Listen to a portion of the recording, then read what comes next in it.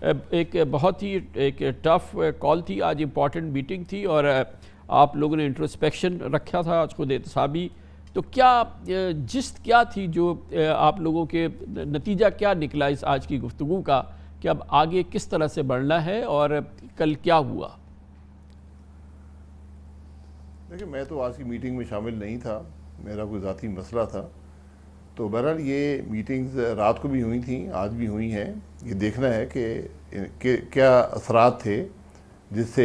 ایسے رزلٹ آئے، کیونکہ ہماری توقع یہ تھی کہ ہم 11-12 سیٹیں کم از کم پاکستان مسلم لیگ نون حاصل کرے گی۔ تو بہرحال اس پہ اسپیکولیشن آپ بھی کر رہے ہیں، میں بھی کر رہا ہوں، اور لوگ بھی کر رہے ہیں کہ کیا وجوہات تھیں۔ بہرحال الیکشن ہو گیا، اب ہمیں آگے کی طرف دیکھنا ہے۔ پنجاب میں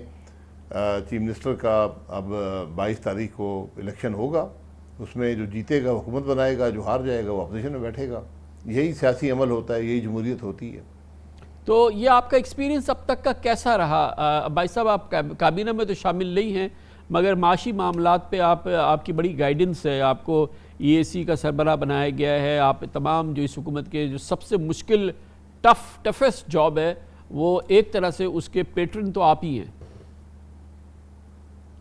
نہیں، میں کسی چیز کا پیٹرن نہیں ہوں، نہ میں کسی کمیٹی کا چیئرمین ہوں، میں کابینہ میں نہیں ہوں، لیکن جو ذمہ داری مجھے وزیر صاحب لگاتے ہیں میں اس کو کرنے کی کوشش کرتا ہوں۔ حقیقت یہ ہے، میں تھوڑا پیچھے آپ کو لے جاتا ہوں، آپ کے پروگرام پہ بھی میں نے کہا تھا جب عدم اعتماد ہو رہا تھا کہ ہمیں سیدھا الیکشن میں جانا چاہیے، حکومت نہیں بنانی چاہیے۔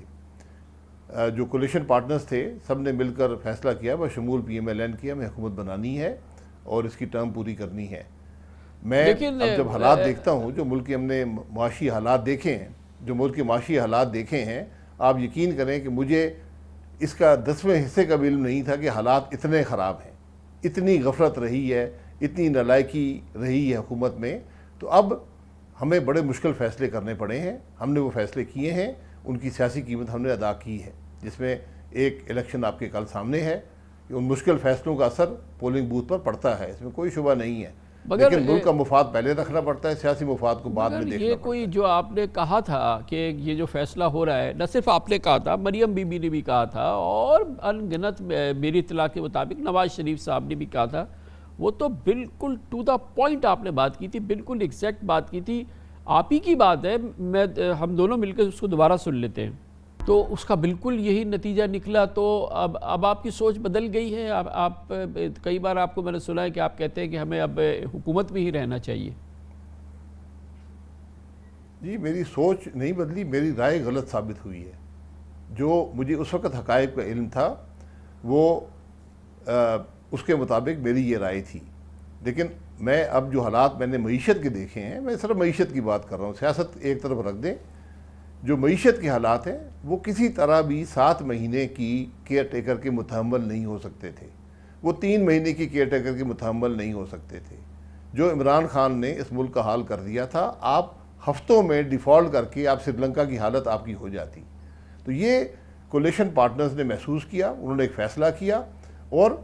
مشکل فیصلے کر کر معیشت کو استحکام دینے کی کوشش کر رہے ہیں۔ انشاءاللہ استحکام آ جائے گا، اس کی ایک سیاسی قیمت ہے، وہ قیمت ہم نے ادا کر دی ہے، شاید مزید بھی ادا کرنی پڑے، لیکن سیاست کا تقاضا یہ ہوتا ہے کہ آپ ملک کے مفاد کو اب کیا آپ کی رائے ہے؟ اب آپ کی کیا رائے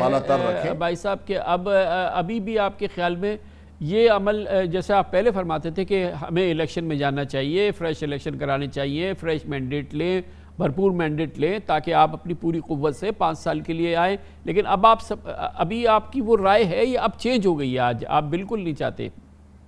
کل کے الیکشن کے نتائج کے بعد؟ میں نے آپ کو بتا دیا ہے کہ میری رائے عمران خان کی اکنامک پالیسیز نے غلط ثابت کر دی۔ تو آج میری رائے یہ ہے کہ الیکشن کسی چیز کا حل نہیں ہے، ہمارا ملک 3 مہینے کے کیئر ٹیکر سیٹ اپ کا متحمل نہیں ہو سکتا، اس لیے آپ کو ٹرم پوری کرنی پڑے گی۔ اگست 17 کو ٹرم پوری کریں، اس کے بعد 2 مہینے میں الیکشن ہو جائیں گے، نئی حکومت آ جائے گی، تو اس کو ایک بہتر انشاءاللہ پاکستان ملے گا۔ تو اب آپ کی رائے یہ ہوگی کہ ابھی جو ہے الیکشن کی طرف نہیں جائے اور آپ کی حکومت جو ہے وہ کمپلیٹ کرے، نواز شریف صاحب اگر آپ سے مشورہ لیں گے تو آپ کی یہی رائے ہوگی؟ میں آپ کی رائے آپ کے سامنے رکھ دی ہے، ہمارا ملک آج کے حالات میں الیکشن کا متحمل نہیں ہو سکتا کسی صورت میں بھی۔